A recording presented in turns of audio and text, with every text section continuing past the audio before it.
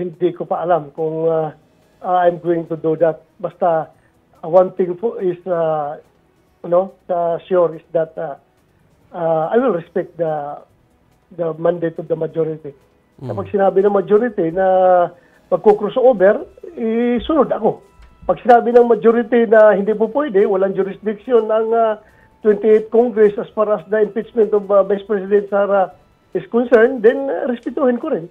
Basta sa akin lang, bago tayo mag-reconvene yung impeachment court, ay dapat na-establish natin yung issue about jurisdiction para walang complication in the future. So, klarin muna natin. Kaya nga sabi ko, I will raise that issue in the Senate plenary, not in the impeachment court, ha? Sa plenaryo ng Senado. Doon ko yan i-raise yung issue na yan. Para well settled yung issue on jurisdiction bago tayo mag-reconvene as an impeachment court.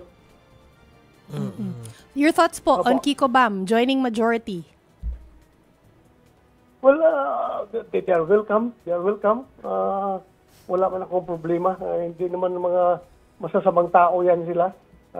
Mas mabait pa ngayon sa akin. Mas masama pa siguro ako sa kanila. Wala naman tayong problema dyan. Basta I am joining the majority not because of Kiko or Bam. I am joining the majority because of the leadership of Senator Chis Escudero.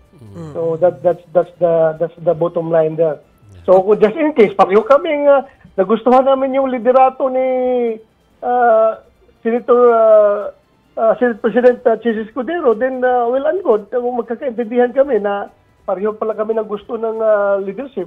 So maganda po.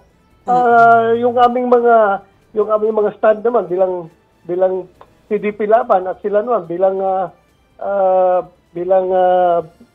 mga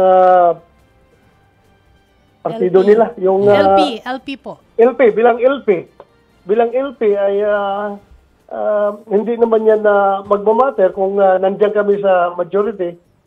Everything naman ay napapag-usapan